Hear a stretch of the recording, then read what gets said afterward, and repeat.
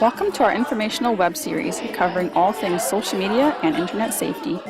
Safe City Mississauga is a crime prevention organization established in 1992 to help reduce criminal opportunity and criminal victimization in Mississauga.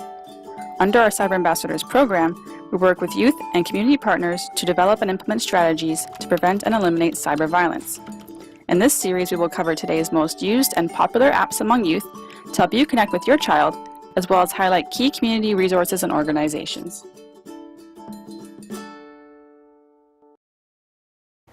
If you want to share pictures and short videos with your friends, then you're probably going to use Instagram. Let's get started.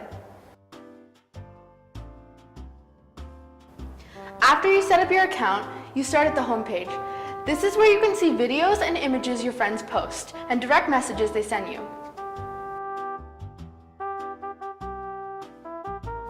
Friends refer to anyone you've decided to connect with or follow on Instagram.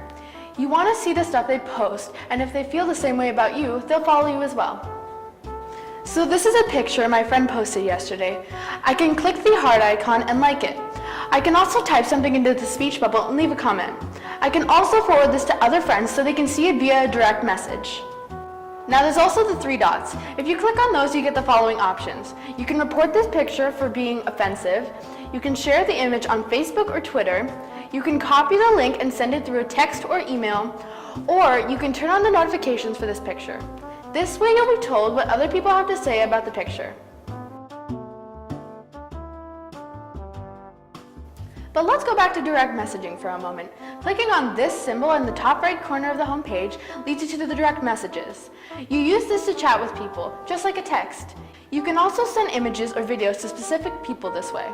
Remember, if you ever get a message that's inappropriate or spam, report it. You don't want stuff like that getting in the way of your story. When I say story, I'm talking about the clips and pictures that you share with your friends. They always go to the top of the newsfeed so that people are more likely to see your new activities when they log onto Instagram. You might notice a little magnifying glass. This is what you click on to search hashtags, geographical locations, or other people's accounts. Now, if I find someone who I like for some reason, I go to their profile page and click follow. From now on, their posts are sent to my newsfeed. So now that I've got my profile set up, I can click on the camera icon to either take new pictures and videos or go to my phone's library to pick something I've already taken. But just posting a random picture can be boring, so maybe I'll touch it up. Instagram gives me video and picture effects to choose from. I can also insert captions and hashtags to go along with my pictures or videos, something like this, which can reach out to other people, and this can lead to other people liking your stuff. This is your profile. It's what people see when they look you up. They see your posts, your followers, everything. It represents you on Instagram. People can look up anything you've posted. They can search for specific posts based on where or when you took them.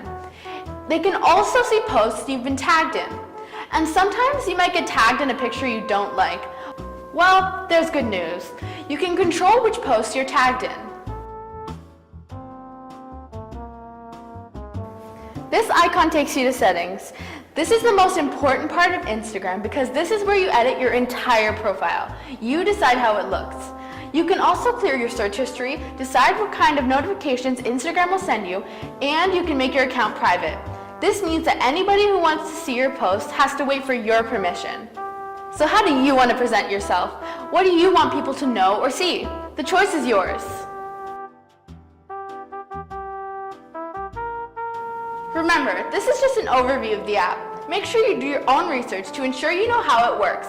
One of the best things you can do is talk to your child about how they use the app through open and honest conversation.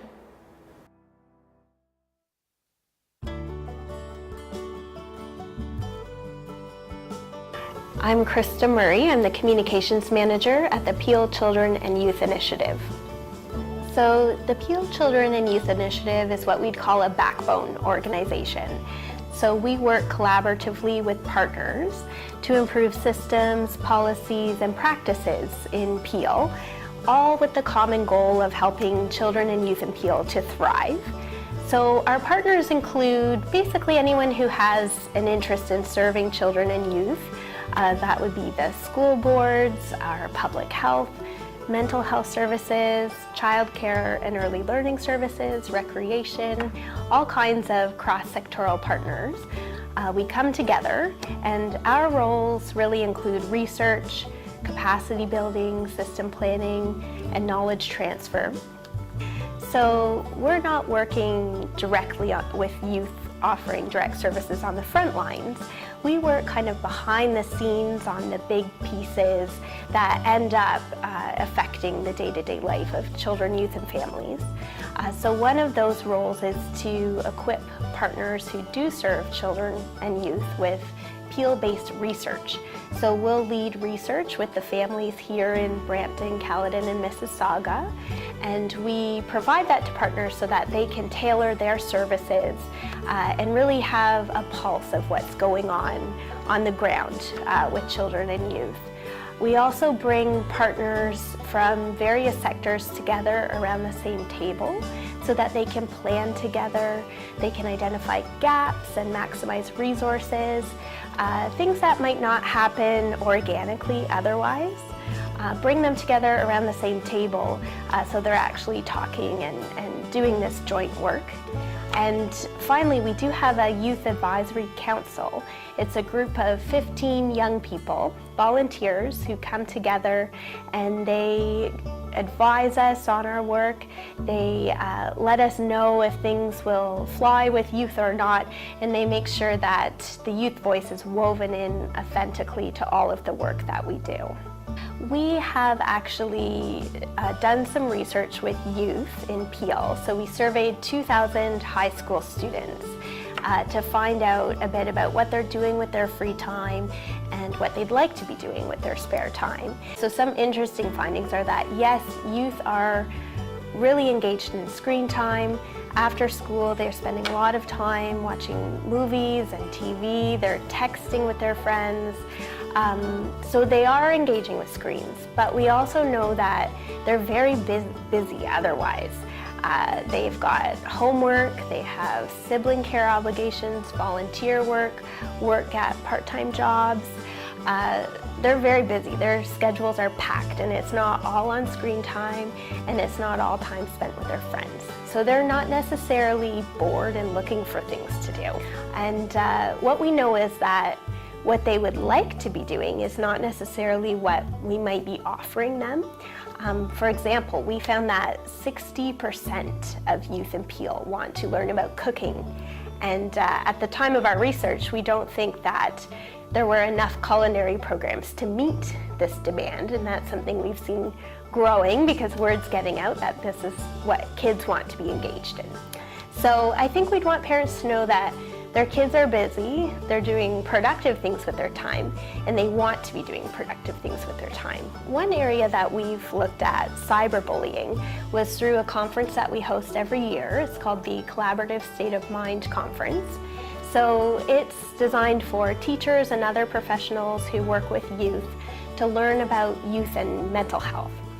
So cyberbullying being something that's so prevalent today was something that we focused on a few years ago. We brought in speakers from PrevNet, which is an authority in Canada on bullying. We brought in a parent of a high-profile cyberbullying case in Canada, and then other speakers as well from Peel Police and Mediated Reality to help our teachers and youth workers build a toolkit around how to deal with cyberbullying. So they really shared that we need to know what's going on with our kids. We need to know the technologies that they're using, the mediums that they're using, and how they're engaging online and with each other. So I think that was really the first step, was knowing what's out there, and then building strategies together as to how to support youth that are living in this kind of cyber age. So to find out more about us, you can go online at PCYI.org, or you can engage with us on Twitter at PCYI_org.